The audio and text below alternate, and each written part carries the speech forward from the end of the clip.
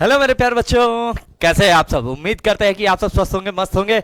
इसी उम्मीद और आशा के साथ अब जैसे कि आप जानते होंगे कि आपके यूपी बोर्ड का एग्जाम डेट शीट भी आ गया, सीबीएसई बोर्ड का भी डेट शीट आ गया। अब आपको अपनी तैयारी को नए आयाम से, नए तरीके से आरंभ करना है।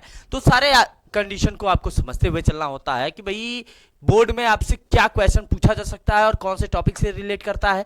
तो चलिए उन सारे कॉन्सेप्ट को समझने के लिए बेटा आपको पहले तो कुछ चीजें समझनी होंगी कि जैसे आपके एग्जाम के लिए क्या एक ऐसा कर रहे कि जिससे कि आपको बोर्ड में 100 में से नहीं आप 100 आउट ऑफ 100 पा रहे हो, लेकिन मोर देन 90% तो आ सकते हो ना।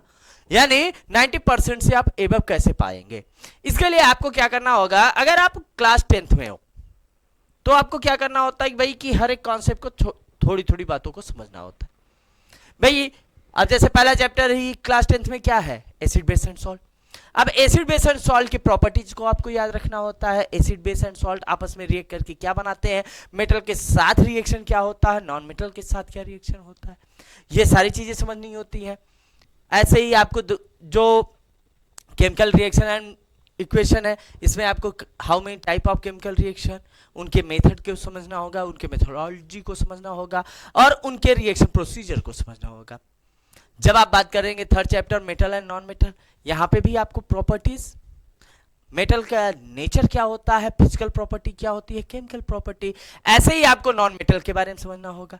सिमिलर प्रॉपर्टीज आपको किसके लिए, कार्बन एंड कंपाउंड, जिसमें आपको IUPAC naming, structure, molecular formula, molecular mass, homologous series, इन सारे कॉन्सेप्ट के बारे में समझना होता है।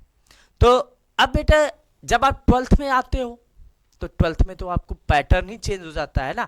12th में आपको साइंस में क्या होता है कि भाई 10th में साइंस में 3 पोर्शन एक एग्जाम पेपर में होते हैं, लेकिन जैसे ही आप 12th में आते हो हर एक सब्जेक्ट, फिजिक्स का अलग पोर्शन, अलग पेपर, केमिस्ट्री अलग, बायो अलग, और सबका जो इक्विवेलेंस कंडीशन है, मार्किंग लेवल है, सबका सिमिलर हो जाता है भाई 100 आउट ऑफ 100 कंडीशन। तो उस आउट ऑफ 100 में आप कैसे ज्यादा से ज्यादा गेन करें, इसके लिए आपको उसके लेवल में तैयार करना है। अब जैसे हम बात कर रहे हैं क्लास 12th के लिए, तो भाई क्लास 12th के लिए आपको एक बात याद रखनी है कि भाई क्लास 12th में क्या पैटर्न आप फॉलो करो कि जिससे कि आपको बोर्ड एग्जाम में ज्यादा से ज्यादा नंबर मिल सके।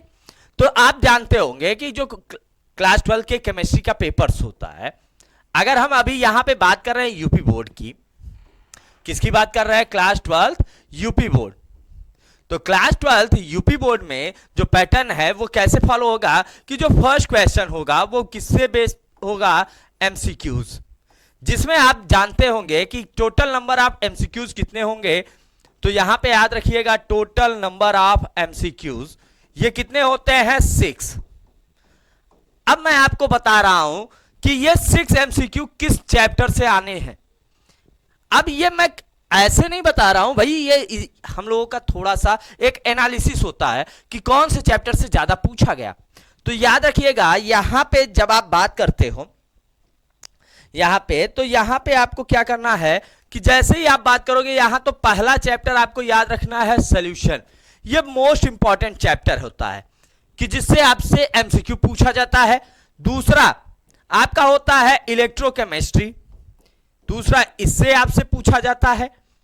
तीसरा आपका होता है केमिकल काइनेटिक्स, क्या होता है, केमिकल काइनेटिक्स। चौथा जो चैप्टर होता है जिससे आपसे पूछा जाता है बहुत ज्यादा बार, वो क्या है, बायोमोलिक्यूल। पांचवा किससे पूछा जाता है, एल्डिहाइड, कीटोन एंड कार्बोक्सिलिक। और जो छठवां पूछा जाता है वो डी एंड एफ ब्लॉक से। ये जो मेजर कंडीशन है इनमें, अब मैंने ये जो बताई, ये जो 6 चैप्टर के नाम मैंने मेंशन किए, इन 6 चैप्टर से कहने का मतलब ये नहीं है कि सारे इसी से आएंगे। हो सकता है कि आपके बोर्ड एग्जाम में 6 आउट ऑफ 6 इसी से आ जाए, या 6 में आपके कितने आ सकते हैं, 5, 6 में कितने आ सकते हैं, 4। यानी ये जो कंडीशन है मिनिमम 4 आपको इस चैप्टर से लेने हैं, इससे कम यहां पे आपको चैप्टर नहीं समझना है। ये बात क्लियर हो गई। यानी मिनिमम नंबर ऑफ कंडीशन क्या होंगे कि मिनिमम जो क्वेश्चन आएंगे, इस जो 6 चैप्टर हम बता रहे हैं इसमें से 4 तो आने ही आने हैं, फिक्स है। अदरवाइज ये आउट ऑफ 100 कंडीशन, यानी ये 100% चांस होते हैं कि इन्हीं 6 चैप्टर से आए। ये बात क्लियर हो गई। अब जैसे ही आप एमसीक्यू का पैटर्न फॉलो कर लेंगे, एमसीक्यू के बाद आपको क्या समझना होता है, वेरी शॉर्ट का कंडीशन, जो कि आपके क्वेश्चन नंबर 2 से होता है। किससे होता है? क्वेश्चन नंबर 2, जिसमें आपको बेटा कितने क्वेश्चन आते हैं? 4 क्वेश्चंस। ओवरऑल टोटल कितने क्वेश्चन होंगे? 4 क्वेश्चन होंगे, जिसमें एक क्वेश्चन आपका तो सॉल्यूशन से रहेगा ही रहेगा, दूसरा आपका इलेक्ट्रोकेमिस्ट्री से रहेगा। किससे रहेगा? इलेक्ट्रोकेमिस्ट्री। तीसरा आपका एल्कोहल फिनॉल ईथर से होगा, एल्कोहल फिनॉल एंड ईथर। और जो चौथा होगा वो किससे होगा? अमीन, और साथ या आप कह सकते हो एल्डिहाइड कीटोन से, एल्डिहाइड कीटोन। अब कहने का मतलब क्या है कि इस चैप्टर से 95% चांस होते हैं कि एमसीक्यू बने, सॉरी वेरी शॉर्ट बने। यानी ये 4 चैप्टर 5 चैप्टर जो हैं, इनसे क्या चांस होता है कि क्या बनता है? Very short. अब वेरी शॉर्ट के बाद आपको यहां पे दूसरा क्या समझना होता है कि शॉर्ट कैसे बनते हैं, शॉर्ट क्वेश्चंस, जो कि आपका थर्ड वन होता है, जिसमें आपको यहां पे भी 4 चैप्टर रिकॉल ही रखना है। ये जो मेजर चैप्टर्स है, मेजर चैप्टर में 4 में आपका यहां पे भी सॉल्यूशन रहेगा, साथ ही साथ यहां पे electrochemistry, chemical kinetics, chemical kinetics, और जो चौथा रहेगा वो हमारा क्या रहेगा? Alcohol phenol ether. और एक चैप्टर आप एडिशनल यहां पे लिख सकते हो, halo alkane and hello arene. यानी जब आप इस कंडीशन की बात करते हो, ये 3 मार्क्स वाले जो आते हैं आपके शॉर्ट्स, इस शॉर्ट क्वेश्चन में आपके कौन कौन से चैप्टर मेंशन होंगे? सॉल्यूशन होगा, इलेक्ट्रोकेमिस्ट्री होगा, केमिकल काइनेटिक्स होगा, एल्कोहल फिनॉल ईथर होगा, और साथ में हेलो एल्केन और हेलो एरीन। अब इस कंडीशन के बाद जब आप शॉर्ट में ही जो आपके 4 मार्क्स वाले शॉर्ट क्वेश्चन है, कितने मार्क्स वाले हैं?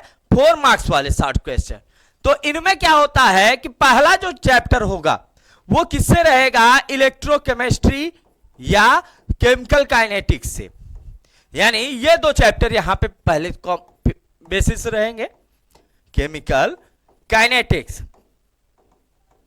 साथ ही साथ यहां पे क्या रहेगा? एक चैप्टर रहेगा कोऑर्डिनेशन कंपाउंड।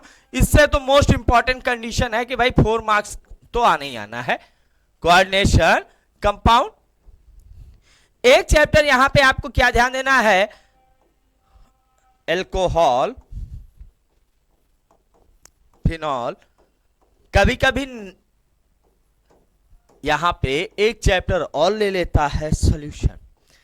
यानी ये बेसिक जो मेजर है, ये 5 चैप्टर से ये बनने हैं। क्या बनने हैं? शॉर्ट वो क्वेश्चन जो कि क्या आएंगे? 4 मार्क्स के आएंगे। इसके बाद बेटा जब 5 मार्क्स का कंडीशन आता है, लॉन्ग में भी फर्स्ट पैटर्न आता है 5 मार्क्स। तो ये जो 5 मार्क्स का लॉन्ग क्वेश्चन आता है ना, इसके लिए आपको क्या ध्यान देना होगा कि जो 5 मार्क्स का लॉन्ग क्वेश्चन आएगा, इसमें पहला क्वेश्चन क्या होगा? किस पे बेस होगा? ये बेस होगा इलेक्ट्रोकेमिस्ट्री या केमिकल काइनेटिक्स। एक क्वेश्चन इस पे बेसिस होता है, और दूसरा जो बेसिस होता है बेटा वो किस पे होता है? एल्कोहल फिनॉल ईथर और अमीन और हेलो एल्केन। इस पे ये बेसिस होते हैं। अब एक लास्ट जो आपको पैटर्न फॉलो करना होता है, जो लॉन्ग का होता है, लॉन्ग का लास्ट वन क्वेश्चन होता है जिसमें आपको दो तरीके के क्वेश्चन दिए जाते हैं। एक दिया जाता है हाउ वी ऑब्टेन, और दूसरा क्या होता है व्हाट हैपन व्हेन। और ये जो दोनों क्वेश्चन हैं ये किससे बिलोंग करते हैं? Organic chemistry. किससे बिलोंग करते हैं? Organic chemistry. ये बात क्लियर हो गई। अब कहने का मतलब है कि आपको बोर्ड एग्जाम में जाना है, तो बोर्ड एग्जाम में जब आप जाओगे तो बेटा आपको एक बात समझ में आनी चाहिए कि अगर आप 12th में हो तो आपको कैसे कौन कौन से क्वेश्चन आएंगे और उनका मार्किंग क्या होगा। तो अब अगर हम इनके मार्किंग कंडीशन की बात कर लें, जैसे आप एमसीक्यू में टोटल कितने मार्क्स आते हैं? 6 मार्क्स। वेरी शॉर्ट जो आपका क्वेश्चन नंबर 2 होता है, इसमें टोटल मार्क्स आते हैं 8। थर्ड क्या होता है? शॉर्ट 1, इसमें मार्क्स आते हैं बेटा 12। कितने मार्क्स आते हैं? 12। फोर्थ क्या होता है? शॉर्ट 2, इसमें भी मार्क्स इसमें मार्क्स होता है बेटा 16। क्या होता है? 16। फिफ्थ क्या आता है? लॉन्ग फर्स्ट, जिसमें मार्क्स क्या होते हैं? 10, क्योंकि 2 क्वेश्चन करना होता है। अब आप यहां से ऐड करते जाओ भाई, 12 and 8 20, 20 and 10 30, 30 and 10 40 and 6 46 and 2 6 52। 6 जो लॉन्ग का होता है, लॉन्ग 2, ये क्या होते हैं? ये भी 10 to 12 मार्क्स के होते हैं। और लास्ट जो होता है व्हाट हैपन व्हेन, या इन सब से ये कितने के? 8 to 10। अब ये ध्यान देना, और ओवरऑल ये जो मार्किंग सिस्टम बनता है एग्जाम में, बोर्ड एग्जाम में क्या होता है? 70 मार्क्स। ये बात क्लियर? अब आप जब मार्क्स देखते हो कि भाई ऐसा हो रहा है, कैसे हम इसके प्रिपेयर करें, तो इसीलिए मैंने आपको क्या किया कि भाई आप यहां से समझिए कि यहां से आपको क्या करना हुआ कि भाई आपको एमसीक्यू सीखना है तो आपको ये 6 चैप्टर के एमसीक्यू आपको याद होने चाहिए, रिमेम्बराइज रहने चाहिए। अब ऐसे आपको तो याद नहीं होगा, हर एक कॉन्सेप्ट को आपको याद रखना पड़ेगा, समझना होगा। जब आप दूसरे कॉन्सेप्ट में बात करते हैं कि भाई एमसीक्यू सेकंड टाइप में कौन कौन से चैप्टर याद रख लें, तो ये 4 चैप्टर आपको मेजर याद रखने हैं, क्योंकि इन 4 चैप्टर से ज्यादातर ही पूछे गए हैं, यानी 95% चांस इन्हीं से आता है। अदरवाइज 5% चांस तो दूसरे का है ही, लेकिन 95% चांस इन्हीं का होता है। नेक्स्ट में आप देखते हो शॉर्ट फर्स्ट टाइप में, इसमें आपको कितने याद रखने हैं? 5 चैप्टर। इनसे जो चांस होता है वो क्या होता है? 95%, यानी जो भी हम बात कर रहे हैं 95% की बात कर रहे हैं। तो 95% चांसेस जिनके हैं उन चैप्टर के बारे में आपको समझना होता है और जानना होता है, ठीक है। तो अभी तक आज हमने आपसे एक पैटर्न के बारे में बात किया, तो बेटा उम्मीद करते हैं कि आप सब आने वाले बोर्ड एग्जाम के लिए इसी पैटर्न को फॉलो करते हुए अपने आप को तैयार रखेंगे, जिससे कि आप ज़्यादा से ज़्यादा नंबर पा सकते हैं। और जब आप नंबर ज़्यादा से ज़्यादा पाएंगे तभी तो आप हमारा प्रचार करेंगे। तो चलिए आप हमारे लिए इसी सब चीज़ों को थोड़ा सा सीखते हुए अपने लिए, हमारे लिए, अपने घर वालों के लिए, अपने लिए ये सारे मार्क्स को ला तो लीजिए। उसके बाद मिलते हैं आपसे नेक्स्ट वीडियो में।